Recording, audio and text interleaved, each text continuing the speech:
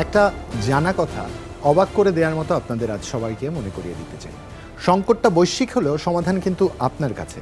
প্রত্যেকের ব্যক্তিগত পর্যায় থেকে আপনি চাইলে নিজেকে নিরাপদ রাখতে পারেন। কি করতে হবে? দুটো হাত জীবাণুমুক্ত রাখতে হবে, মাস্ক পরতে হবে এবং নিজেকে নিরাপদ রাখবার জন্য যেই নির্দেশিকাগুলো দেওয়া হয়েছে তা মেনে চলতে হবে। তবুও যদি সংকটের এই সময়ে নিজের বা পরিবারের প্রিয়জনের জন্য কোনো স্বাস্থ্য জিজ্ঞাসা জন্মে থাকে, তার উত্তর দেবার জন্য করোনা হেল্প ডেস্কের এই আয়োজন, যেখানে জুলহাস জুবাইর আপনাদের সাথে আছে এবং আপনাদের প্রশ্নগুলো সরাসরি ফোন করে জানাতে পারেন কিংবা লিখে জানাতে পারেন যমুনা টেলিভিশন অফিসিয়াল ফেসবুক পেজে। যার উত্তর দিতে একই ধারাবাহিকতায় আজও আমাদের সাথে আছেন অধ্যাপক ডাক্তার এস এম মোস্তফা জামান, মেডিসিন ও হৃদরোগ বিশেষজ্ঞ BSMMU। আরও আছেন আমাদের সাথে ডাক্তার শারমিন আব্বাসী, সহযোগী অধ্যাপক প্রসূতি ও স্ত্রীরোগ আনোয়ার খান মডার্ন মেডিকেল কলেজ ও হাসপাতাল। শিশুরোগ বিশেষজ্ঞ ডাক্তার আবু সাইদ শিমুলও আছেন আমাদের সাথে, যিনি কর্মরত রয়েছেন মুগদা মেডিকেল কলেজ হাসপাতালে। বাস্তবতা হচ্ছে, সংক্রমণের যে পর্যায়ে আমরা দাঁড়িয়ে আছি, এখানে যদি আমরা সচেতন না হই, তবে যেই প্রত্যাশা আমরা রাখি সুস্থ থাকবার, সেই সুস্থ থাকবার প্রত্যাশা কিন্তু পূরণ নাও হতে পারে। কারণ দেশে করোনা ভাইরাসে প্রাণ হারিয়েছেন আরও 22 জন, নতুন শনাক্ত হয়েছেন 1537 জন কোভিড রোগী। স্বাস্থ্য অধিদপ্তরের নিয়মিত সংবাদ বিজ্ঞপ্তিতে জানানো হয়, গেল 24 ঘন্টায় নমুনা পরীক্ষা করা হয়েছে 13,815 জনের। করোনায় দেশে এ পর্যন্ত মারা গেলেন 5,577 জন। মোট শনাক্ত 3,81,275 জন। আর গেল 24 ঘন্টায় মোট সুস্থ হয়েছেন 1,482 জন। সব মিলিয়ে মোট সুস্থ এখন 2,95,873 জন। মৃত 22 জনের মধ্যে 17 জন পুরুষ, নারী 5 জন। সবাইকে একটাই আহ্বান, নিয়মিত বিরতিতে জীবাণুনাশক দিয়ে অন্তত আপনার নিজের 2 হাত জীবাণুমুক্ত করে নেবেন নিয়মিত বিরতিতে, এবং একই সাথে মাস্কের কথা বারবার মনে করিয়ে দিচ্ছিলাম, মাস্কটি পরার অভ্যাস করে ফেলুন। তা কিন্তু আপনাকে শুধুমাত্র যে করোনার সময় তাই না, সারা বছর জুড়ে কিন্তু সুস্থ রাখবার ক্ষেত্রে সহায়ক অবস্থানে থাকবে। একজন প্রশ্ন করেছেন, আতিকুর রহমান, খুব অনুরোধ করেছেন যাতে প্রশ্নটি পড়া হয়। এস এম মোস্তফা জামানের কাছে তিনি জানতে চেয়েছেন, তার বয়স 23, ওজন 75, গতকাল জ্বর ছিল 100, আজ 100 এর কম, নাপা খেয়েছেন তিনি, গলা ব্যথাও ছিল, ডক্সিক্যাপ খেয়েছেন, অ্যান্টিবায়োটিক খাচ্ছেন, মোক্সাক্ল্যাভ 625, কাজ হচ্ছে না, নাক দিয়ে পানি পড়ছে, সমাধান চেয়েছেন তিনি। এস এম মোস্তফা জামান। জি, আসলে তার সমস্যাটা শুনে মনে হচ্ছে অ্যালার্জির সাথে সম্পর্ক থাকার সম্ভাবনা বেশি। আমরা সেজন্য বলব যে নাক দিয়ে পানি পড়ার জন্য একটোফেন, যেটি ওষুধটি আমরা সকালে একটি রাতে একটি দিয়ে থাকি, এটি 2 বেলা খাবেন এবং এর সাথে একটি মন্টেলুকাস বা মোনাস 10 মিলিগ্রাম ওষুধটি খেতে থাকবেন এবং 1 মাস খাবেন। আর এর সাথে যে ওষুধটি খাচ্ছেন এবং অ্যান্টিবায়োটিক খেতে থাকেন, কিন্তু যদি সত্যিকার অর্থে ইনফেকশন না থাকে জ্বরের বা কারণে, তাহলে কিন্তু আমরা অ্যান্টিবায়োটিকের বড় কোনো রোল থাকে না। তবে যেহেতু আমরা ধারণা করছি করোনার সাথে সম্পর্ক নাও থাকতে পারে, সাধারণত আমরা কাশির সাথে বা মাথা ব্যথা, জ্বরের সাথে করোনা থাকতে পারে, কিন্তু নাক দিয়ে পানি পড়লে সাধারণত আমরা জানি যে ভাইরাল কারণে হতে পারে। তারপর যেহেতু সময়টি খারাপ, আমরা বলব একটি টেস্ট করে নিতে পারলে ভালো হয়। তবে করোনা নাও হতে পারে। আমরা বলব যে যেহেতু সময়টি আমরা বলছি করোনাকাল, এই টেস্টটি করবেন। দ্বিতীয় হলো যে যদি এর পরেও ভালো না হয়, আমরা বলি অনেক সময় কটন 5 মিলিগ্রাম, যেহেতু তার বয়স আমরা বলব খুবই কম এবং ওজন বেশি, আমরা সেই সমস্যাটির সমাধানের দিকে আসছি। এটি প্রতি রাতে একটি করে খাবেন, 5 দিন খাবেন, সঙ্গে অবশ্যই গ্যাস্ট্রিক ওষুধ খাবেন। তবে তার ওজন যেহেতু বেশি, আমরা এই জ্বরের সমস্যায় চলে গেলে নাপা যে অবশ্যই খাবেন, সবসময় বলে থাকি। একটু পানি বেশি পান করবেন, তরল জাতীয় খাদ্য খাবেন এবং আমি মনে করি যে শরীরে যদি জ্বর থাকে, নাপার সাথে ট্যাপিড স্পঞ্জিং করতে হবে, শরীরটি বারবার স্বাভাবিক পানি দিয়ে মুছে দিতে হয়। তবে মনে রাখবেন যে এই সমস্যার সমাধানের পরে তার ওজন সমস্যাটা নিয়েও আমাদের ভাবতে হবে, সেটি আমরা পরবর্তীতে আলোচনা করব। ধন্যবাদ এস এম মোস্তফা জামান। একজন দর্শক আছেন আমাদের সাথে ফোনে। দর্শক, আপনার নাম এবং বয়স বলে হ্যালো, প্রশ্ন আসসালামু করুন। আলাইকুম। জি, ওয়ালাইকুম আসসালাম। জি, আমি আব্বাসী ম্যাডামকে আমার রিপোর্টের ফলো-আপ জানানোর জন্য ফোন দিয়েছিলাম। নিশ্চয়ই, কি নাম আপনার? জি, মাহমুদা। মাহমুদা, বয়স? বয়স 27। 27, জি বলুন। জি। আমি গত মাসে ফোন দিয়েছিলাম যে আমার ওই 27 সপ্তাহে একটা অ্যাবর্শন হয়েছিল নরমাল ডেলিভারি হসপিটালে। তো আমার কতগুলো রিপোর্টের ফলো-আপ। জি। এটা হচ্ছে VDRL, নন রিঅ্যাক্টিভ, TSH 5.25, প্রোল্যাকটিন 36.49, হিমোগ্লোবিন 14.2, আর হচ্ছে ইউটেরাস হচ্ছে বাল্কি ইন সাইজ 45 মিলিমিটার। আর আমার টর্চ স্ক্রিন, ম্যাডাম বলেছিলেন টর্চ করতে, তো টর্চের মধ্যে রুবেলা IgG 142 আর SHB IgG পজিটিভ, এছাড়া সবগুলো নেগেটিভ। এখন আমার প্রশ্ন হচ্ছে আমি কি করতে পারি পরবর্তী প্রেগনেন্সির ক্ষেত্রে। ম্যাডামের কাছে আরেকটা প্রশ্ন আছে, সেটা হচ্ছে আমার তো 27 সপ্তাহে অ্যাবর্শন হলো, তো আমি টিটি টিকা দিয়েছিলাম 24 সপ্তাহে একটা, আর প্রেগনেন্সি যখন অ্যাবর্শন হয় 27 সপ্তাহ 3 দিনে, আর সেকেন্ডটা দিয়েছিলাম 28 সপ্তাহে যখন আমার প্রেগনেন্সি মানে শেষ, মানে অ্যাবর্শন হয়ে যায়। তো আমি এখন এই টিটি টিকাটা কি করব নেক্সটে যদি আমি কনসিভ করি, তো সেই ক্ষেত্রে টিটি টিকাটা কিভাবে দিব নাকি এখন কমপ্লিট করবো, মানে এটা আমি কনফিউজড আছি। এই ম্যাডামের কাছে আমার দুইটা কোশ্চেন। ধন্যবাদ মাহমুদা আমাদের উপর আস্থা রাখবার জন্য। ডাক্তার শারমিন আব্বাসী। আচ্ছা, এখানে যেটি হলো যে আমি ওনাকে ধন্যবাদ জানাই, কারণ উনি সবগুলো রিপোর্ট আমাদেরকে জানিয়েছেন। Thank you very much. এখানে সবচেয়ে বড় বিষয় যেটি সেটি হচ্ছে যে আপনার টিএসএইচ লেভেল ইজ হাই। আমরা সাধারণত প্রিকনসেপশনাল কাউন্সিলিং এ যে কথাটি বলি, টিএসএইচ লেভেল শুড বি 2.5 এর মধ্যে, আপনার 5 এর উপরে আছে। So we need to work in here. আমাদের এখানে একটা কাজ করতে হবে। আমরা বলবো যে ট্যাবলেট থাইরক্স 25 মাইক্রোগ্রাম এটি আপনি শুরু করেন। এটি সকালে খালি পেটে আপনাকে শুরু করতে হবে। আপনি 1 মাস খান, খাওয়ার পর আমরা এগেইন টিএসএইচ লেভেলটাকে রিভিউ করব, করে দেখব কি অবস্থা। প্রোল্যাক্টিন স্লাইটলি বেশি আছে, এটা অনেক সময় অ্যাংজাইটি থেকে হয়, রাতে ঘুম কম করলে হয়, অনেক সময় ট্যাবলেট অমিডন যারা খান তাদের ক্ষেত্রে প্রোল্যাক্টিন লেভেলটা হাই থাকে। অতএব সেই জায়গাটাই দেখতে হবে যে আপনার এরকম কিছু থাকলে সেটা আপনি অ্যাভয়েড করার চেষ্টা করবেন। আর আপনি যেটা বলছিলেন টিটি টিকা আসলে ছোটবেলায় যারা 5টা ডোজ দেয় সেটাকে বলি আমরা কমপ্লিট ডোজ। সেই 5টি ডোজ যাদের দেওয়া নেই তারা যখন প্রেগন্যান্ট হবেন তখন তাদের টিটি টিকা দিতে হবে, এবং সেটা দেওয়ার নিয়ম 5 মাসে প্রথমে আমরা শুরু করি একটা টিকা, এরপর 1 মাস পর আবার একটা, দুটো, অর্থাৎ নেক্সট প্রেগন্যান্সিতে আপনাকে আবারও সেটা দিতে হবে। এছাড়া বাকি সব রিপোর্ট ভালো আছে, কিন্তু 27 সপ্তাহে কেন আমাদের অ্যাবর্শনটা হলো? মোস্ট প্রবাবলি আমাদেরকে ধরে নিতে হচ্ছে এখানে সেটি হচ্ছে যে হয়তো জরায়ুর মুখটা দুর্বল, সে কারণে কি হয়েছে, কারণ এই সময় অ্যাবর্শন মূলত এই কারণেই হয়। অর্থাৎ পরবর্তীতে আমাদের খুব ভিজিলেন্ট থাকতে হবে, আগে থেকে প্রজেস্টেরন ওষুধ এবং ইনজেকশন শুরু করতে হবে, স্পেশাল আল্ট্রাসাউন্ড করে দেখতে হবে জরায়ুর মুখটা খুলে যাচ্ছে কিনা। এরকম কোনো সম্ভাবনা থাকলে আমাদেরকে কিন্তু ওই জায়গাটা সেলাই করে দিতে হবে। এছাড়া বাকি সব ভালো আছে। আমি মনে করি আপনি 1.5 মাস পর থেকেই আপনি পারবেন প্রেগন্যান্সি ট্রাই করার জন্য। ধন্যবাদ ডাক্তার শারমিন আব্বাসী। তাপসী ধর আমাদের গত 2 দিন যাবৎ প্রশ্ন করছেন, অভিযোগও করেছেন কেন উত্তর দিচ্ছি না আমরা। তাপসী লিখছেন তার মেয়ের বয়স 13 বছর, ওজন 35 কেজি, উচ্চতা 4 ফুট 9।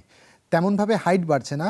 মা বাবার উচ্চতা তিনি জানিয়েছেন 5 ফুট 1 এবং 5 ফুট 2। 4 বছর যাবৎ ওর মুখে ব্রণ হচ্ছে, নাকের দুপাশে ব্রণ সবসময় থাকে এবং ঠোঁটের চারপাশেও সবসময় থাকে। কিছু কিছু ছোট, আবার কিছু কিছু আছে যেগুলো অনেক বড়।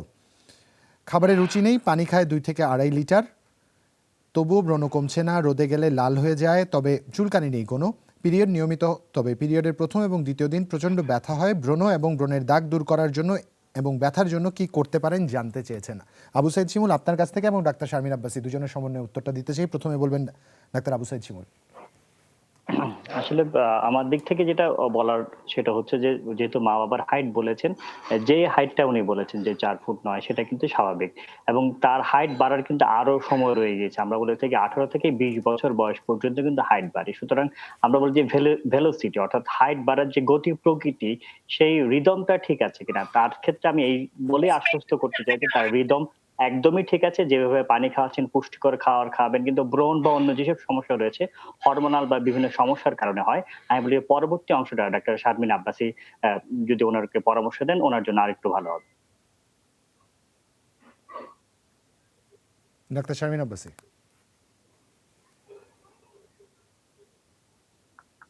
ডাক্তার শারমিন আব্বাসী, আপনি কি শুনতে পাচ্ছেন আমাদের? জুবাইর, আপনি শুনতে পাচ্ছেন? সাউন্ডে একটু প্রবলেম হচ্ছিল।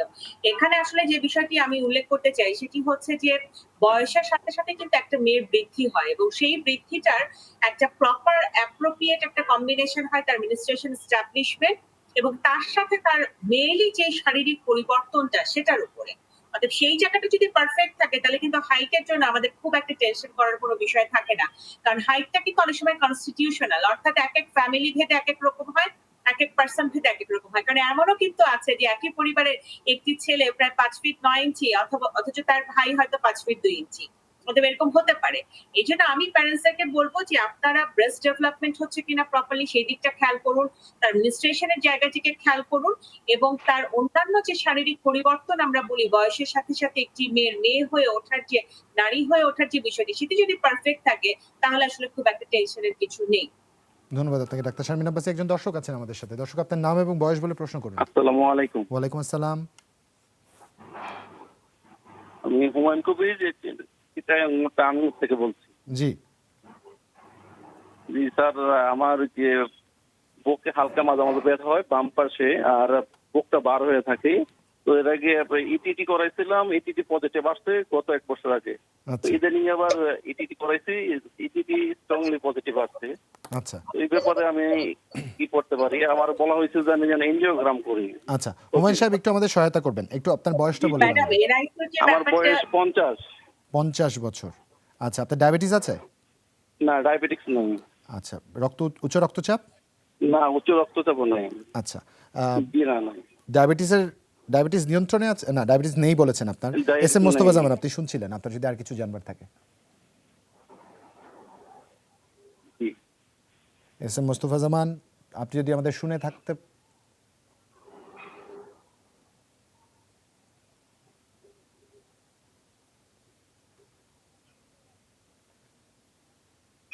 এস এম মোস্তফা জামান আপনি কি শুনতে পাচ্ছেন আমাদের? দুঃখিত দর্শক, আমাদের সাথে এস এম মোস্তফা জামানের সংযোগ বিচ্ছিন্ন হয়েছে। ডাক্তার শারমিন আব্বাসী, আপনার কথা আমরা শুনতে পাচ্ছি না। আবু সাইদ শিমুল, আপনার যদি এই দর্শককে সহায়তা করবার জন্য কোনো তথ্য জানবার প্রয়োজন হতে পারে। পাচ্ছি এখন জুবাইর পাচ্ছি। আজকে ট্রান্সমিশনের প্রবলেম হচ্ছে। জি জুবাইর, কোনো প্রশ্ন কি করেছেন আপনি আমাকে? দুঃখিত ডাক্তার শারমিন আব্বাসী, আপনার কাছে প্রশ্ন ছিল না, প্রশ্ন ছিল হুমায়ুন কবির সাহেবের এস এম মোস্তফা জামানের কাছে। এস এম মোস্তফা জামান আমাদের সাথে আবার যুক্ত হয়েছেন। জি দর্শক আমাদের জি, সাথে সমস্যা- সংযোগে আছে, যদি কিছু জানবার থাকে এস এম মোস্তফা জামান। আমি আসলে আগে শুনতে পারিনি, একটু সমস্যাটা বললে ভালো হুমায়ুন হতো। কবির সাহেব ফোন দিয়েছিলেন আমাদের, যার বয়স 50 বছর, তার ডায়াবেটিস নেই, উচ্চ রক্তচাপও নেই, তার বুকে হালকা ব্যথা আছে, ইটিটি করেছিলেন, এর আগে ইটিটি নর্মাল এসছে, এবারও ইটিটি করেছেন, ইটিটি ভালোই এসছে, তবে ডাক্তার তাকে বলেছেন অ্যানজিওগ্রাম করতে, বুকটা ভার হয়ে থাকে তার, এবং বুকটা মাঝে মাঝে বাঁ দিকে ব্যথা করে। তিনি সমাধান জানতে চেয়েছেন। আপনি কি আমাদের সাথে আছেন? না, লাইনে সংযোগ আছেন? বিচ্ছিন্ন সংযুক্ত হয়েছে। আছেন? জি, আমরা বলছি সাধারণত আমরা ইটিটি যদি ভালো থাকে আমরা বলে থাকি যে অ্যানজিওগ্রাম করার প্রয়োজন নেই। কারণটা হলো যে অ্যানজিওগ্রাম পরীক্ষাতে আমরা ইটিটি পরীক্ষাতে আমরা শতকরা 70% সেনসিটিভিটি সংবেদনশীলতা বুঝতে পারি। অর্থাৎ 100 জন রোগীর যদি ইটিটি পজিটিভ থাকে আমরা অ্যানজিওগ্রাম করার পরে 70 জনের ব্লক পেতে পারি। এটি একটি ইন্টারন্যাশনাল একটি আমরা রিপোর্টে দেখা গেছে। কিন্তু যদি নেগেটিভ হয় সাধারণত আমরা অ্যানজিওগ্রাম করে ব্লক পাই না। তবে এবং এক্ষেত্রে বলতে পারি যে ইটিটি কত মিনিট হেঁটেছেন একটি বড় একটি ফ্যাক্টর। যদি ইটিটিতে তিনি 10 মিনিটস ক্রস করেন, অর্থাৎ আমরা বলছি যে যদি 9 মিনিটের মতো হাঁটতে পারেন তাহলে আমরা অ্যানজিওগ্রাম করার কোনো প্রয়োজনই নেই এবং সেটিতে আমরা আরো ভালো বুঝতে পারি। কিন্তু অন্য কারণেও কিন্তু বুকে ব্যথা হতে পারে। সেই বিষয়গুলো আমার মনে হয় একটু ভালো করে তদন্ত করে দেখা দরকার, যে সার্ভাইকাল স্পন্ডাইলিটিস হতে পারে, তার নানা রকম অন্যান্য ফুসফুসের সমস্যার জন্য হতে পারে, অ্যাসিডিটির জন্য হতে পারে। আমরা বলবো অন্যান্য কারণগুলো খুঁজে দেখতে হবে। তবে ইটিটি করবার আগে আমি মনে করি যে অন্যান্য কারণগুলো দেখতে, যে বুকে ব্যথা যেসব কারণগুলো আছে সেগুলো। আর যদি একান্ত হাঁটতে গেলে বুকে চাপ হয়, ভার হয়, আমরা করোনারি অ্যানজিওগ্রাম করার আগে অনেক সময় আরো 2-1টি পরীক্ষা করে থাকি, যেমন সিটি অ্যানজিওগ্রাম। এই পরীক্ষা দিয়ে আমরা বুঝতে পারি। তবে রোগী যদি সামান্য হাঁটাতে বুকে চাপ হয়, ভার হয়, আমাদের মনে রাখতে হবে যে সেক্ষেত্রে আমরা করোনারি অ্যানজিওগ্রাম করি। কিন্তু আমরা চেষ্টা করব যাতে ইনভেসিভ পরীক্ষাটি যতটা কম সম্ভব করতে হয়। আমরা জুডিশিয়াল ইউজ করতে চাচ্ছি। অর্থাৎ আমরা বলছি যে অ্যানজিওগ্রাম করার আগে আরো ভালো করে দেখতে হবে তার সত্যিকার অর্থে অ্যানজিওগ্রামের প্রয়োজন আছে কিনা, এবং সেক্ষেত্রে আমরা অন্যান্য বুকের যে কারণগুলো আছে তদন্ত করে সেগুলো দেখা প্রয়োজন। তারপরে আমরা অ্যানজিওগ্রামের ব্যাপারে সিদ্ধান্ত নিব। ধন্যবাদ এস এম মোস্তফা জামান। একজন দর্শক আছেন আমাদের সাথে, দর্শকের ফোনটা আমরা নিতে চাই। দর্শক, আপনার নাম এবং বয়স বলে দয়া করে প্রশ্নটি করবেন। হ্যালো, আমার বয়স হচ্ছে 34। 34, জি। কি নাম আপনার? আমার নাম নাজমিন। নাজনীন। নাজনীন বলুন। হ্যাঁ, এখন আমার সমস্যা হচ্ছে, বুঝতে পারছো? এখন এই ক্ষেত্রে আমার একটা বেবির দরকার। এখন আমি কি এই ক্ষেত্রে আমি প্রস্তুত করতে পারবো? নাজনীন, দুঃখিত আমরা বুঝতে পারিনি, আপনি পুনরায় দয়া করে আরেকবার বলবেন। আমার নাম ঠিকানা বুঝতে পারছেন? নাম ঠিকানা বুঝেছি, প্রশ্নটি করুন। হ্যাঁ, প্রশ্নটি হচ্ছে আমার মানসিক সমস্যা আছে, বুঝতে পারছেন? আচ্ছা, তো এখন সেক্ষেত্রে আমার আমি কনসিভ করাটা খুব দরকার, আমার একটা বেবি দরকার। তো সেই ক্ষেত্রে কি আমি নিতে পারবো? সেক্ষেত্রে আপনি এটা নিতে হচ্ছে আমার পারবেন প্রশ্ন। কিনা? ডাক্তার শারমিন আরেকটা- আব্বাসী আপনাকে শুনছেন, ওনার জুবাইর, যদি আমরা বুঝতে পেরেছি। এখানে আমার একটু বেশি আরেকটা প্রশ্ন আছে। আমার ব্রেকের পর হয়তো ব্যাক করবে। জি, ডাক্তার শারমিন আব্বাসী। আচ্ছা, এখানে আমাকে একটু সময় দিতে হবে। আপনি কি সময় আছে নাকি নিশ্চয়ই। ব্রেকের পরে বলবো? আমরা বিরতি থেকে ফিরে এসে তাহলে শুনতে চাই। দর্শক, ছোট একটা বিরতির ওপারে দেখা হচ্ছে, সাথেই থাকুন, ফিরছি এক্ষুনি।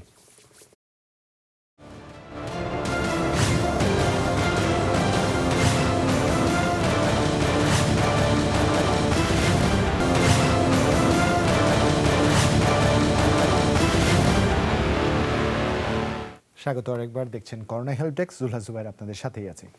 ডাক্তার শারমিন আব্বাসীর কাছে একটি প্রশ্ন ছিল, তাই সরাসরি তার কাছে চলে যেতে চাই। ডাক্তার শারমিন আব্বাসী। যে প্রশ্নটি এসেছে এরকম কিন্তু অনেক রোগী প্রতিনিয়ত আমাদের চেম্বারে আসে এবং সময়টা কিন্তু গত 5 বছর 10 বছর এবং এখনকার সময় অনেক পার্থক্য। মানুষের মধ্যে অ্যাংজাইটি, বিষণ্ণতা এবং রাতে ঘুম না হওয়া, মেন্টাল প্রবলেম, ফ্যামিলিয়াল ডিসহারমনি কেন জানি হঠাৎ করে অনেক বেড়ে গেছে। তাই বলে কি তারা মা হবেন না বা তারা প্রেগন্যান্সি নেবেন না? অবশ্যই নিবেন। কিন্তু তার আগে আমাদের কাউন্সেলিং দরকার এবং প্রি কনসেপশনাল আমাদের যে কথাগুলো বারবারই করোনা হেল্প ডেস্কে আমরা বলে আসছি যে পেশেন্ট গুলোর প্রপার ইনভেস্টিগেশন দরকার, কোথায় ঝামেলাটা হচ্ছে এটি দরকার।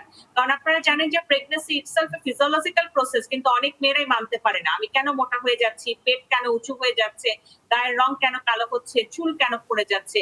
এই মেন্টাল ট্রমা অনেকে নিতে পারেন না, এটা একটা নরমাল ফিজিওলজি অনেকে মানতে পারেন না। এখনো অনেক ফ্যামিলিতে প্রেগন্যান্সি একটা অসুখ।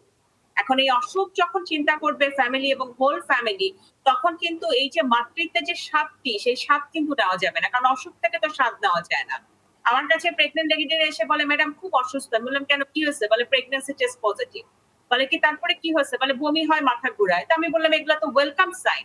একটা প্রেগনেন্ট আপনি জীবনে একবার কি দুইবার হবেন, সেই সময় একটু বমি হবে, মাথা ঘুরাবে, this are the welcome sign. এগুলোকে মেনে নিতে হবে। এখন যাদের আগে থেকে প্রি ডায়াগনোস মেন্টাল প্রবলেম, তাদের জন্য আসলে আমরা কি করবো এটা একটু চিন্তার বিষয়। তাদের এমন কিছু ওষুধপত্র চলে that is not safe in pregnancy. সেই জিনিসগুলো নিয়ে আমাদের কাজ করতে হবে, সেইগুলোকে দেখতে হবে যে ওষুধ পরিবর্তন করতে হবে কিনা।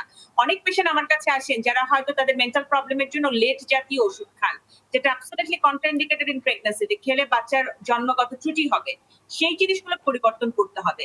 কখনো কখনো দেখা যায় হাজবেন্ড বা ফ্যামিলির সাথে ডিসহারমনি থাকে, যেখানে হয়তো আমরা একটু একসাথে বসিয়ে একটু যদি হাজবেন্ডকে বোঝাই, হাজবেন্ড ওয়াইফ রিলেশনশিপটা প্রপার হয়ে যায়। অর্থাৎ একটা কাউন্সিলিং সেশনে কিন্তু দেখা যায় অনেক বড় একটা টনিকের মতো কাজ করে। তার মানে ওনার জন্য আমার অনুরোধ থাকবে, আপনি অবশ্যই মা হতে পারবেন। আপনি অবশ্যই কোনোভাবে আপনার যে মনের জোরটি সেটি হারাবেন না। এবং আমি বলবো যে একজন সাইকোলজিস্ট এবং একজন গাইনোকোলজিস্ট দুজনের কাছে এসে আপনারা একটা কাউন্সেলিং সেশন নেন এবং তারপরে বিভিন্ন পরীক্ষা নিরীক্ষা এবং আপনার ওষুধগুলো পরিবর্তন করে আপনি প্রেগন্যান্সির চেষ্টা করুন। ধন্যবাদ ডাক্তার শারমিন আব্বাসী। একজন দর্শক আছেন আমাদের সাথে। দর্শক, আপনার নাম এবং বয়স বলে প্রশ্ন জি করুন। জি হ্যালো। জি, আপনার নাম এবং বয়স বলে প্রশ্ন করুন। হ্যাঁ জি, আমার নাম চম্পা, আমি নওগাঁ থেকে বলছি। জি বলুন। আমার শ্বাসকষ্টের শ্বাসকষ্ট প্রায় 15 দিন মতো হয়ে যাচ্ছে। আচ্ছা কিছু মেডিসিন নিচ্ছি কিন্তু পুরোপুরি ভালো হচ্ছে না। আচ্ছা, আমার চম্পা, একটু আপনার কাছ থেকে জানতে চাই আপনার বয়স কত? জি, আমার বয়স 39 বছর। দুঃখিত। 39 বছর। 39 বছর। আপনার এর আগে কি জ্বর এসেছিল? জ্বর আসছিল আপনার 15-20 দিন আগে। 15-20 দিন আগে। তখন 15-20 থেকে দিন আমার আগে। এই ধুলাবালি অ্যালার্জি থেকেই শুরু হয়েছিল, আমার ধুলাবালি অ্যালার্জি আছে। আচ্ছা, আমরা বুঝতে ওখান থেকে পেরেছি একটু ধুলাবালি অ্যালার্জি থেকে শুরু হয়েছে, কিন্তু এই যে জ্বরটা আসলো, তারপরে যে কাশিটা, যে শ্বাসকষ্টটা হচ্ছে, আপনি কি করোনা টেস্ট করিয়েছিলেন কিনা? না, করোনা না, আমার জ্বর খুব একটা টেস্ট করেছিলেন সেরকম কিনা? ছিল না। জি না, করিনি। আপনি টেস্ট না করে কি করে নিশ্চিত হবেন যে আপনার করোনা হয়নি? পরিবারে আর কারো জ্বর এসেছিল? না না, জ্বর আসেনি, কিন্তু আমার এটা শ্বাসকষ্ট আগে থেকে আছে। আগে থেকেই আছে। এস এম মোস্তফা জামান, আগে। আপনার যদি আর কিছু জানবার থাকে। কিন্তু আমার ভালো হচ্ছে না, ওষুধ কিছু কিছু নিচ্ছি। নাম বলবো কি ওষুধের? আমি আপনাকে বলছি, আপনি শুনুন। একটি হলো যে আপনার এই সমস্যাটি যে কারণে হচ্ছে, আপনি নিজেও বলছেন, একটু আগে উল্লেখ করেছেন যে অ্যালার্জি থেকে সমস্যাটি হচ্ছে। আমরা বলে থাকি কি, যদি এরকম সমস্যা থেকে থাকে, আমরা বলে থাকি এটি বড় কোনো রোগ নয়, একটি ফিজিওলজিক্যাল প্রসেস। বাংলাদেশের বেশিরভাগ মানুষেরই, অনেকেরই কিন্তু এই ধরনের সমস্যা থেকে থাকে। আপনাকে মনের জোর রাখতে হবে যে এটি আপনাকে কিছুটা ডাক্তারের ওষুধ সঙ্গে আপনার কিছুটা নিজের বুঝতে হবে কি কারণে বাড়ছে এবং কিভাবে এটি কমাতে হবে। প্রথম যে অ্যালার্জিগুলো আমরা সবসময় বলে থাকি, কোন কোন ওষুধের মানে বিশেষ পারিপার্শ্বিকতা, ঠান্ডা, ধুলোবালি আমরা সবসময় বলছি, সেগুলো আপনাকে এড়িয়ে চলতে হবে। দ্বিতীয় হলো যে কোনো খাদ্যের সাথে কোনো সম্পর্ক আছে কিনা, সেগুলো যদি থেকে থাকে, সেগুলো আপনি একটা ফুড ডায়েরি মেইনটেইন করবেন, সেগুলো এড়িয়ে চলবেন। এবং ধুলোবালি আমরা সবসময় বারবার বলছি এড়িয়ে চলতে। তৃতীয়ত যে আপনি যে ওষুধগুলো খাবেন, সেগুলো সাময়িকভাবে খাবেন কিছু ওষুধ, আবার কিছু ওষুধ দীর্ঘমেয়াদী খেতে হবে, যাতে করে বারবার করে সমস্যাটি না হয়। যেমন আমরা যদি কাশি থাকে, ডক্সিবা 400 মিলিগ্রাম ওষুধটি দিয়ে থাকি। যখন কাশি ভালো হয়ে যাবে, এটা খেতে হবে না। এরপরে আপনাকে আমরা ফেক্সোফেনাডিন বা ফেনাডিন 120 মিলিগ্রাম প্রতি রাতে একটি করে দিব। এই মুহূর্তে আগামী 2 সপ্তাহ খাবেন প্রতি রাতে একটি করে। তৃতীয়ত একটি অ্যান্টিবায়োটিক খেতে হবে। আপনার যেহেতু অনেকদিন হয়েছে, ভালো হচ্ছে না, যেকোনো একটি অ্যান্টিবায়োটিক, যেটি আপনি হয়তো ফাইমোক্সিক্লাভ খেতে পারেন, একটি করে 3 বেলা খাবেন। আগামী 7 থেকে 10 দিন খেতে পারেন। এবং এর সাথে গ্যাস্ট্রিক ওষুধ অবশ্যই খাবেন। সঙ্গে যেহেতু আপনি অনেক অনেক কারণে ভালো হচ্ছে না এবং গত 2 সপ্তাহ যেহেতু কষ্ট পাচ্ছেন, ট্যাবলেট কর্টান 10 মিলিগ্রামে একটি করে বড়ি প্রতি রাতে খাবেন। আগামী 5 থেকে 7 দিন ভরা পেটে খাবেন। আমার বিশ্বাস আপনি ভালো থাকবেন। আর যেহেতু এখন জ্বর নেই, তবে একটু স্টিম ইনহেলেশন নিবেন। যেটি আমরা বলি পানির বাষ্প, এটি অত্যন্ত কার্যকর। আর যদি আপনি ইনহেলার কয়েকদিন ধরে নিতে পারেন, আমরা বলি অ্যাজমাসল ইনহেলার 2 চাপ করে 2 বেলা বা 3 বেলা নিবেন। এটি নেবার পরেও যদি দেখেন যে কোনো কারণে উপকার না পান, তাহলে বেক্সিটল ইনহেলার আমরা ব্যবহার করতে পারি 2 চাপ করে 250 2 চাপ করে 2 বেলা এবং ব্যবহারের পরে কুলি করতে হবে। আমি মনে করি আপনি এক্সট্রা খাবেন, খাওয়ার পরে কয়েকদিন পরে ভালো হবে। ভালো হওয়ার পরে 2 টি ওষুধ চলবে। মন্টেলুকাস 10 মিলিগ্রাম যেটা বললাম, বোনাস নামে পাওয়া যায়। এটি চলবে আর ইনহেলারটি। বাকি সমস্ত ওষুধ বন্ধ হয়ে যাবে এবং আপনি আস্তে, আস্তে ওষুধ চলতে আগামী 2-3 মাস পরে আবার আমাদের সাথে যোগাযোগ করবেন। দেখবেন আমরা এটিও আস্তে, আস্তে কমানোর চেষ্টা করব। আশা করি আপনি খুব শীঘ্রই এই বিষয়টি বুঝতে পারবেন এবং ভালো হয়ে যাবে। ধন্যবাদ এস এম মোস্তফা জামান। আরেকজন দর্শক আছেন আমাদের সাথে ফোনে। দর্শক, আপনার নাম এবং বয়স বলে প্রশ্ন করুন। জি, আমি শহীদুল ইসলাম বলছি। আমার মেয়ের বয়স 1 বছর 3 মাস। জি, কি নাম ওর? আমি পাঁচকে আসলাম। আচ্ছা, বলুন কি সমস্যা হয়েছে ওর? এই কিছুদিন আগে 4-5 দিন আগে এর একটু ওই পাতলা পায়খানা বমি হয়েছিল। হ্যাঁ, এবং এরপর থেকে সে প্রস্রাব খুব কম করে। দৈনিক দেখা যায় 2-3 বার প্রস্রাব করে বা 4 বার করে। আর আপনার খুব ঘামে, প্রচুর পিঠ ঘামে। আচ্ছা, খাওয়া দাওয়া কি নরমাল আছে ওর? এমনি খাওয়া দাওয়া মোটামুটি করতেছে না, তবে ওই যে ইটা খাওয়াচ্ছি, একজন ম্যাজিক জিঙ্ক সিরাপ আর ওইটা। জি, হ্যাঁ, আচ্ছা আর ও বমিডন ড্রপ। আচ্ছা, বুঝতে পেরেছি। আবু সাইদ শিমুল, আপনার যদি আর কিছু জানবার থাকে। ওর এখন খাওয়া দাওয়া কেমন? খাওয়া দাওয়া কি আগের চেয়ে একটু কম করছে? খাওয়া দাওয়া করতে চায় না, একবারে করতে হবে যে খাওয়ালে ওই করে খাওয়াইছে, আস্তে আস্তে আস্তে খাওয়াই। আচ্ছা আচ্ছা, ঠিক আছে, আমরা উত্তরটি দিচ্ছি। আসলে একটা যখন অসুস্থতা বোধ করে একটা শিশু, সেটা ভাইরাল যে কোনো ফিভারের পরেই কিন্তু আমরা বলি যে ট্রানজিয়েন্ট একটু সময় যায়, যে খাওয়া দাওয়া রুচি কমে যায়। সে যেটা খাবে তার থেকে আসলে বের হবে প্রস্রাব। সেটা আমরা বলছি বাচ্চারা অন্ততপক্ষে 5 বার প্রস্রাব করাটা তাদের জন্য ভালো বা তার সুস্থ থাকার লক্ষণ। এই ক্ষেত্রে আপনি যেটা করবেন, যেহেতু ডায়রিয়াতে একটা পানি শূন্যতা ছিল, যে স্যালাইনটা খাওয়াচ্ছে সেটা আমরা বলি যে অন্ততপক্ষে আরো 10 দিন খাইয়ে যেতে। কারণ একটা পানি শূন্যতা যেটা পুরোপুরি রিকভার করতে কিন্তু একটু সময় লেগে যায়। সেক্ষেত্রে আপনি খুব বেশি খাওয়াবেন না। প্রতিবার পায়খানার পরে এই 10 থেকে 20 চামচ, কিংবা চামচ যদি গুনতে সমস্যা হয়, আধা কাপ থেকে 1 কাপ আপনি স্যালাইন খাওয়াবেন। বেশি করে অন্যান্য তরল খাওয়াবেন। আপনি ভাতের মাড় খাওয়াতে পারেন, ডাবের পানি খাওয়াতে পারেন। এইসব জিনিসগুলো দিবেন। বাইরের কোনো জুস বা এসব কিছু দিবেন না। এই জিনিসগুলো দিলে দেখবেন যে আস্তে, আস্তে ভালো হয়ে যাচ্ছে। যদি দেখে যে না, এই যে প্রস্রাব কমে যাচ্ছে, তার সাথে, সাথে তার জ্বর দেখা যাচ্ছে, কিংবা প্রস্রাব করার সময় সে একটু ব্যথার কথা বলছে, সেই ক্ষেত্রে আপনি একটা ইউরিন কালচার এবং ইউরিন আরএমই করবেন। কিন্তু বেশিরভাগ ক্ষেত্রে আমরা দেখেছি যে বেশি, বেশি করে পানি বা তরল জাতীয় খাবার খেলে, এবং যে আপনি জিঙ্ক তো সিরাপ খাচ্ছেন এই ম্যাজিক, সেটা টোটাল 10 দিন খাবেন। এই জিনিসগুলো যদি একটু পালন করেন, এবং প্যাম্পাস বা এইসব জিনিস পরাবেন না, একটু গরম পানিতে সামান্য একটু লবণ দিয়ে প্রস্রাবের জায়গাটা একটু পরিষ্কার করে দিবেন। যদি তার কনস্টিপেশন থাকে, তাহলে আঁশ জাতীয় খাবার আমরা প্রতিদিন বলছি কিন্তু, যে পেঁপে, মিষ্টি কুমড়া এইসব জিনিসগুলো খাবেন। বারবার বুকের দুধ দিবেন। এগুলো দিলে দেখবেন যে ইনশাআল্লাহ আপনার বাচ্চা পুরোপুরি ভালো হয়ে যাবে। ধন্যবাদ আপনাকে আবু সাইদ শিমুল। একজন দর্শক আমাদের সাথে লাইনে আছে। দর্শকের প্রশ্নটি আমরা শুনতে চাই। দর্শক, আপনার নাম এবং বয়স বলে প্রশ্ন করুন। এগুলো একটু বলে দেবেন আপনি? দর্শক, আপনার নাম এবং বয়স বলে প্রশ্ন করুন। আমার নাম মীরা দাস। জি, বলুন। বয়স কত আপনার? আমার বয়স 63 বছর। 63 বছর। জি, বলুন কি সমস্যায় ভুগছেন? আমি 2000 সালে হার্ট অপারেশন করা, বাইপাস। জি, এখন আমার ওপেন হার্ট সার্জারি করার কথা বলছে। আমি খুব অসুস্থ, 2.5 মাস বিছানায় পড়া ছিলাম। তারপরে এখন আমি তো উঠতে পারি না, গা কাঁপে, জি, বুক ধরপড় করে, হাঁটতে পারি না, 2 পা হাঁটতে পারি না, পড়ে যাই বুঝতে মনে পেরেছি। হয়। একটু তারপরে আমাদের বলুন আপনি কি কি পাতলা ওষুধ খাচ্ছেন? আমি ইকোস্প্রিন, তারপরে প্রেশার আছে, ব্লাড প্রেশার কার্ডন। নিয়ন্ত্রণে আছে? কার্ডন, হ্যাঁ আছে। আচ্ছা, কার্ডন খাই, ওই তারপরে পেন বিট, মনে করেনি ফ্রুলাট। আচ্ছা, বুঝতে পেরেছি। এস এম আচ্ছা, মোস্তফা আমি জামান, একটু জানতে চাচ্ছি একটু যে আসলে বিচ্ছিন্ন ওনার হয়েছে এস এম মোস্তফা জামান। সংযুক্তি বিচ্ছিন্ন হয়ে গেছে। আসলে তার কি বাইপাস সার্জারি হয়েছিল? যেটা বলতে ওপেন হার্ট সার্জারি বলতে ভালভের জন্য কিন্তু হয়।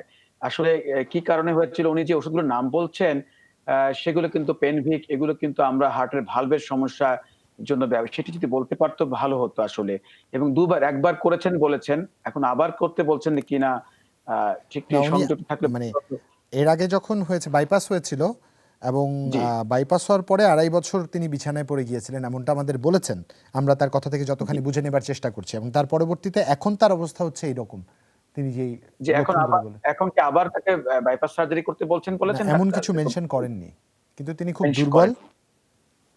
জি, আমি ধন্যবাদ যে আসলে যদি আরো স্পষ্ট করে বলতে পারতো, আমরা কিন্তু হার্টের ভালভের জন্য ওপেন হার্ট সার্জারি বলতে কিন্তু আমরা বাইপাস সার্জারিও বুঝি হার্টের ব্লকের জন্য যেটা আমরা করে থাকি। হার্টের ভালভের জন্য যেটি বুক ওপেন করে যেটা অপারেশন করা হয় সেটি আসলে ওপেন হার্ট সার্জারি। যেটা আমরা বাচ্চাদেরও করি বিভিন্ন কারণে, একটি জন্মগত সমস্যা থাকলে, বড়দের কিন্তু করি হার্টের ভালভের সমস্যা থাকলে, আবার হার্টের যে ব্লক জাতীয় সমস্যা থাকলেও কিন্তু করি যে হার্টের ভালভের সমস্যা। যে কোনো কারণেই হোক, তিনি যেহেতু বাইপাস সার্জারি বলেছেন আমরা ধরে নিচ্ছি হার্টের ব্লকের জন্য করেছেন। সেক্ষেত্রে কিন্তু আমরা মনে করি যে উচ্চ রক্তচাপ ডায়াবেটিসেরও কিন্তু একটি সম্পর্ক আছে। আশা করি যদি ডায়াবেটিস আছে কিনা যদি জানতে পারতাম তাহলে বলতাম যে হ্যাঁ, ডায়াবেটিসটি করতে আমরা নিয়ন্ত্রণ রাখতে হবে। আসলে কেন বিছানায় পড়ে গেছেন এর কিন্তু বিস্তারিতভাবে ব্যাখ্যা আমরা পাইনি। তবে যে ওষুধগুলো খাচ্ছেন পেনভিক এবং ফ্রুলাক এগুলো কিন্তু আমরা বলে থাকি বাইপাস সার্জারির পরে দেই না। এগুলো আমরা সাধারণত বলে থাকি যে হার্টের ভালভ বা অন্য কোনো কারণে যদি ওপেন হার্ট সার্জারি করে থাকে সেখানে আমরা ব্যবহার করে থাকি। সেক্ষেত্রে কিন্তু আমরা বলব পরিস্থিতি সম্পূর্ণ ভিন্ন। তো আমরা বলব তিনি যে ওষুধগুলো খাচ্ছেন আমাদের সাথে আবারও যোগাযোগ করবেন যাতে করে বিস্তারিতভাবে যদি ইজেকশন ফ্র্যাকশন কেমন থাকে, ইকোকার্ডিওগ্রাফি যে রিপোর্টটি আছে সেটি নিয়ে আমাদেরকে যদি এসএমএস মেসেঞ্জারে পাঠাতে পারেন এবং দরকার হলে পুনর্বার আপনি আগামীকাল আমাদের সাথে আবার যোগাযোগ করবেন। আমরা আরো ভালো করে উত্তর দিতে ধন্যবাদ। সমর্থ এস এম হব। মোস্তফা জামান একজন দর্শক আছেন আমাদের সাথে। দর্শক আপনার নাম এবং বয়স বলে প্রশ্ন করুন। হ্যালো। জি, আপনার নাম এবং বয়স বলে প্রশ্ন করুন। জি, আমার নাম লাকি আক্তার, জি, বয়স 25 বছর। জি লাকি বলুন। জি আপু, আমি একটু মানে আমার সম্পর্কে আর আমার বোনের সম্পর্কে, দুজনের সম্পর্কে একটু কথা বলতাম। নিশ্চয়ই। আমার একটু আমার সমস্যা হয়েছে, ধরেন আমি মিন্স হয়েছে আজকে প্রায় 1.5 মাস। তো এখন মিন্সের সমস্যা চলতেছে, কি মিন্স হইতেছে না, এই বিধায় একটু টেনশন আসেনি। এখন কি করব? আচ্ছা, আপনার এবং আপনার বোনের দুজনেরই কি একই সমস্যা? না, আমার বোন ও প্রেগনেন্ট, ও আপনাদের এখানে আগেও কল করছিল। আচ্ছা তো 6 মাসের বাচ্চা, তো ওরও কিছু সমস্যা আছে। আচ্ছা, বলুন কি সমস্যা, ওনার কি সমস্যা? হ্যালো, আসসালামু আলাইকুম। জি ওয়ালাইকুম আসসালাম। ভালো আছেন ভাইয়া? জি ভালো আছি। সমস্যার কথা বলুন। সমস্যা হয়েছে আপনার আমার আগে 2বার মিসক্যারেজ হয়েছে। 5 থেকে 6 মাস হলে মিসক্যারেজ হয়। আচ্ছা, 5 থেকে 6 মাস হলে মিসক্যারেজ হয়। জি, এখন 24 সপ্তাহ গর্ভবতী। হুম, ম্যাডাম বলছিল যে আমার রিপোর্ট গুলো জানানোর জন্য। বলুন রিপোর্ট শুনছি আমি। রিপোর্টে এমনি সবকিছু ভালো আছে, কিন্তু প্রেশারটা একটু বেশি। আচ্ছা, প্রেসার একটু এখন বেশি। কোমর ব্যথা করে, অনেক কোমর ব্যথা, কোমর থেকে একদম পা পর্যন্ত ব্যথা করে। কোমর থেকে পা পর্যন্ত ব্যথা প্রেশার করে। কত? প্রেশার বেশি মানে প্রেশার কত? 140/90 এর উপরে আছে কিনা? জি, কত আছে? 130/120। আচ্ছা, এটা তো অনেক বেশি প্রেশার। কিন্তু আপনি এটার জন্য কি ওষুধ খাচ্ছেন? প্রেশারের জন্য নতুন একটা ওষুধ দিতেছেন। ডক্টর শামিনা আব্বাস, আমার মনে হয় 130 আর নিচে 120, আমার মনে হয় না এটা আসলে ডায়াস্ট্রিক। জি, আপনার সিস্টোলিক প্রেশার কত? ডায়াস্ট্রিক প্রেশারের জন্য উপরে কত নিচে কত এটা বলেন, সার্জারি জানতে চাচ্ছে। নিচেটা হচ্ছে 96, উপরটা 130। সেবা ঠিক আছে। তাও বেশি আছে আপনার হিসাবে। ঠিক আছে, আমরা বুঝতে পেরেছি। ডাক্তার শারমিন আব্বাস, আপনি যদি আর কিছু জানবার না থাকে আমরা বিরতি থেকে ফিরে এসে আবার উত্তরটা নিতে চাই। জি, ঠিক আছে। দর্শক, ছোট একটা বিরতির উপরে দেখা হচ্ছে, সাথেই থাকুন, ফিরছি এক্ষুনি।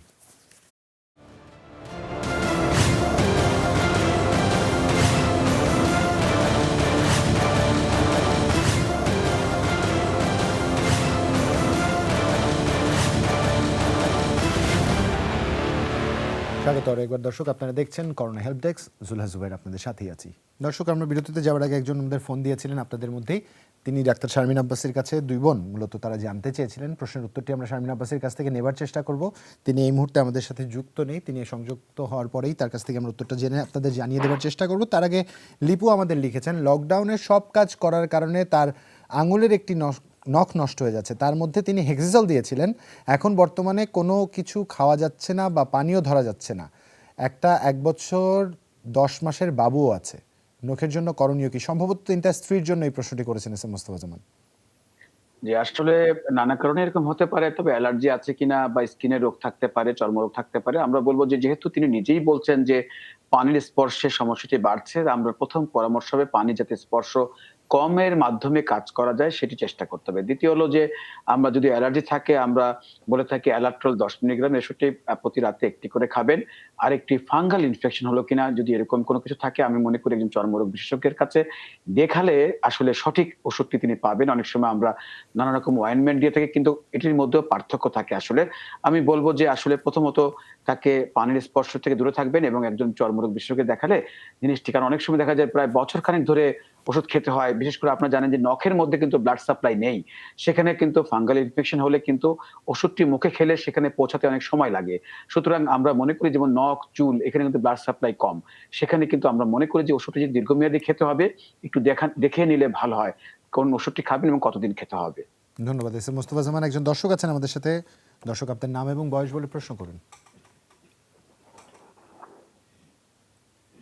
দর্শক, আপনি শুনতে পাচ্ছেন আমাকে?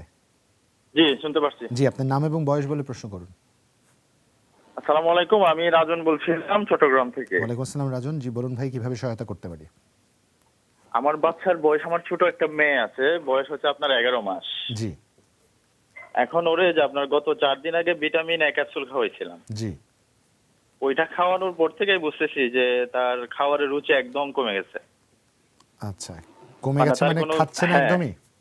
একদম কোনোভাবেই কোনো কিছু খাওয়াইতে পারতেছি না, যদি কোনো কিছু মুখে জোরেও দিতেছি তাও ফেলে দিচ্ছে। আচ্ছা মানে এমন অবস্থা যে শুধু মুখে পানি খাইতেছে এই অবস্থা। আচ্ছা, বুকের দুধও খাচ্ছে না? বুকের দুধ খাচ্ছে কিন্তু আমার মনে হয় বুকে পর্যাপ্ত পরিমাণ দুধ পাচ্ছে না আর কি। আচ্ছা, আবু সাইদ শিমুল, আপনার যদি আর কিছু জানবার থাকে। ও কি বমি করছে কিংবা বমি বমি ভাব করছে কিনা? যে না, বমি ভাব হচ্ছে না, বমি টমি করে না। আর সকাল থেকে এই তবে- পর্যন্ত কয়বার পায়খানা করেছে, কয়বার? পায়খানা করছে কয়বার? প্রস্রাব প্রস্রাব পায়খানা ঠিক আছে আপনার, পায়খানা মনে হয় একবার করছে, আর প্রস্রাব 4-5 বারের মতো করছে আর কি। জি জি, আমরা উত্তরটা দিচ্ছি আসলে। শুনুন আপনি, রাজন সাহেব, আপনি ফোন করেছেন আপনার 11 মাস বয়সে বাচ্চার জন্য। আপনি সহ সকলকে কিছু কথা আসলে বলতে চাই। সরকারি যখন কিছু কর্মসূচি আছে, কখনো কখনো দেখা যায় যে ভিটামিন এ ক্যাপসুল যেমন খাওয়ানো হচ্ছে, কৃমির ওষুধও খাওয়ানো হয়, কখনো পোলিও খাওয়ানো হয়। এই ধরনের কর্মসূচির পরে আমরা এই ধরনের অনেকগুলো প্রশ্ন পেয়ে থাকি। আসলে সারা বছর ধরে কিন্তু বাচ্চারা, শুধু এই সময় না, সারা বছর ধরে কিন্তু বাচ্চারা আমাদেরকে বলে থাকে যে বাচ্চারা খাচ্ছে না। সারা বছর ধরে বলে থাকে যে বাচ্চাদের ডায়রিয়া হচ্ছে, বাচ্চাদের শ্বাসকষ্ট হচ্ছে। কিন্তু কেন জানি ওনাদের মনের মধ্যে একটা সন্দেহ থেকে বা যে কোনো কারণে হতে পারে, ওনারা কিন্তু দুটার সাথে মিলিয়ে নেন যে আমরা ইদানিং প্রচুর প্রশ্ন পাচ্ছি বিভিন্ন জায়গা থেকে যে ভিটামিন এ ক্যাপসুল খাওয়ার পরে বাচ্চা সর্দি হয়ে গেছে, ভিটামিন এ ক্যাপসুল খাওয়ার পর বাচ্চার ডায়রিয়া হয়ে গেছে। আপনাদের সকলকে আশ্বস্ত করে বলতে চাই, ভিটামিন এ ক্যাপসুলের সাথে এগুলোর কোনোই সম্পর্ক নেই। একটা ছোট শিশু, আপনারা জানেন যে বিভিন্ন কারণে সারা বছর ধরে তো অন্যান্য কারণেও এগুলো হতে পারে, কারো ডায়রিয়া, কারো পেটে ব্যথা, কারো খাওয়ার অরুচি, রুচি কমে যাওয়া, এগুলোর সাথে ভিটামিন এর আসলে কোনো সম্পর্ক নেই। সুতরাং আপনি নিয়ে একদমই ভাববেন না এই মুহূর্তে। তাহলে আপনি কি করবেন? বাচ্চাদের কিন্তু ট্রানজিয়েন্ট একটা বলে থাকে যে আমরা অ্যানোরেক্সিয়া হয়, এই সময় আপনি 10 থেকে 15 দিন সময়টা যদি আস্তে আস্তে কাটিয়ে দিতে পারেন, বাচ্চাকে খাওয়াতে জোর না করেন, দেখবেন যে সে ধীরে ধীরে খাবে। আপনি এখন তরল জাতীয় খাবার খাওয়াতে পারেন। জিঙ্ক সিরাপ, জিসাপ নামে পাওয়া যায় বা নিড নামে পাওয়া যায়, সেটা 1 চামচ করে প্রতিদিন 10 দিন খাবেন। ওমিডন সিরাপ 1/2 চামচ করে দিনে 3 বার খালি পেটে এটা খাবেন, দিনে 3 বার করে 10 থেকে 15 দিন। এই দুটো খাবার খাবেন এবং কোনো ধরনের ফল, বিশেষ করে টক জাতীয় ফল এই সময় খাবেন না। খাবার নিয়ে জোর করবেন না। যে দুটো সিরাপ দিলাম সে দুটো সিরাপ দিলেই এবং তরল জাতীয় খাবার দিলে ইনশাআল্লাহ আপনার বাচ্চা 10 থেকে 15 দিনের মধ্যে আবার দেখবেন যে স্বাভাবিকভাবে খেতে থাকবে। অসংখ্য ধন্যবাদ আবু সাইদ শিমুল। আব্দুল্লাহ আল মামুন আমাদের লিখেছেন, মূলত তার জন্যই তিনি প্রশ্নটি করেছেন। তিনি বলেছেন তার বয়স 28 বছর। তিনি ঘুমালে কিছুক্ষণ পর শরীর কাঁপানি দেয়, 1 মিনিট পর পর আসে কাপ, মাঝে মাঝে দেখা যায় ভূমিকম্পের মতো শরীর নড়ছে। ঘুম ভাব থাকলে শুয়ে পড়লে তখনও এই সমস্যা দেখা দেয়। এই সমস্যাটা 2016 থেকে, তবে 2020-এ এসে তার বেশি হচ্ছে। এটা হওয়ার কারণ কি জানতে চেয়েছে এবং সমাধান জানতে চেয়েছে এস এম মোস্তফা জামান। জি, তার বয়স কত বলেছেন? বয়স বলেছে 28 বছর। ধন্যবাদ। আসলে আমার যেই বয়স যে সমস্যার কথা বলছেন, আসলে এর সাথে শারীরিক কিছু সমস্যা থাকতে পারে, কিছুর সঙ্গে আমরা বলি মানসিকভাবে অবচেতন মনেও কিন্তু কারো এরকম সমস্যা হয়ে থাকে। আমি বলব যে কিছু পরীক্ষা করে দেখতে হবে শারীরিক কোনো বড় কোনো সমস্যা আছে কিনা। একটি বুকের একটি এক্স-রে করবেন, একটি ইকোকার্ডিওগ্রাফি করবেন যে হার্টের কোনো সমস্যা আছে কিনা, জন্মগত সমস্যা আছে কিনা, কালার ডপলার ইকোকার্ডিওগ্রাফি করবেন। আর সামান্য কিছু রক্তের পরীক্ষা, একটি সিবিসি, একটি আমরা বলব যে এর সাথে থাইরয়েড একটি পরীক্ষা করবেন। আমাদের বিশ্বাস হয়তো খারাপ কিছু নাও থাকতে পারে, কিন্তু আপাতত আমরা বলব যে রাতে ঘুমানোর আগে ট্যাবলেট পেজ 0.5 মিলিগ্রাম প্রতি রাতে একটি করে খাবেন। তাহলে আপনার কিছুটা ভালো লাগবে। আর সকালবেলায় যদি ট্যাবলেট নেক্সিটাল 5 মিলিগ্রাম একটি করে সকালে খাবেন, আর গ্যাস্ট্রিকের একটি ওষুধ খাবেন। এইভাবে চলতে থাকুক এবং অবশ্যই তিনি কিছুটা উপকার পাবেন, কিন্তু বড় কোনো রোগ নাও থাকতে পারে। আমরা বলব অনেক সময় কাউন্সেলিং করে কিন্তু যদি দেখা যায় রোগীদেরকে সাহায্য করা যায় এবং অনেক রোগী একেবারেই ভালো হয়ে যায়। আমি মনে করি সাক্ষাৎ একজন চিকিৎসকের পরামর্শ নিলে এবং অল্প কয়েকটি পরীক্ষাগুলো বললাম, এগুলো করলে হয়তো তার জীবন নতুনভাবে তিনি সাজাতে পারেন। ধন্যবাদ আপনাকে এস এম মোস্তফা জামান। ইব্রাহিম লিখছেন তার ছেলের জন্য, যার বয়স 2 বছর 6 মাস এবং তার ওজন 10 কেজি। এই বয়সে বাচ্চার ওজন কত হওয়া উচিত এবং ওজন বৃদ্ধির জন্য কি কি পদক্ষেপ নেওয়া যায় দয়া করে জানাবেন। আবু সাইদ শিমুল, এই জিনিসটি কিন্তু আমি অভিজ্ঞতা আমার গত অনুষ্ঠান বেশ কয়েক মাস ধরে সবাই ওজন বাড়াতে চান, এই বিষয়ে যদিও কিছু বলেন 1.5 মিনিট সময় পাবো আমরা। না, আসলে খুব বেশি কিছু বলার নেই, কারণ ওনার বাচ্চার ওজন কিন্তু ঠিকই রয়েছে। আসলে 9 থেকে 12 কেজি ওনার বাচ্চার জন্য রেঞ্জ, সুতরাং সে 10 কেজি যেহেতু বলছে আসলে ঠিকই আছে। ওজন বাড়ানোর চেষ্টা না করে আমরা যদি সুষম খাবার দিই, যে বয়সে যে খাবার দেওয়া দরকার, কার্বোহাইড্রেট, প্রোটিন, ফ্যাট, এগুলো যদি ঠিক মতো রাখি, যে আমরা জানি যে 6 থেকে 8 মাস বয়সে আধা বাটি করে 2 বার, 9 থেকে 11 মাস বয়সে আধা বাটি করে 3 বার, আর 12 মাস থেকে 2 বছর বয়সে পুরো বাটি করে 3 বার। বাটির সাইজ হবে 250 ml। এবং এর পরের থেকে যেটা করতে হবে, আসলে বাচ্চাকে নিজের হাতে খাওয়ানো শেখাতে হবে।